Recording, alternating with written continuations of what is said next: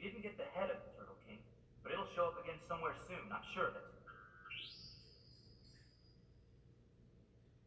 This is G1. Go ahead.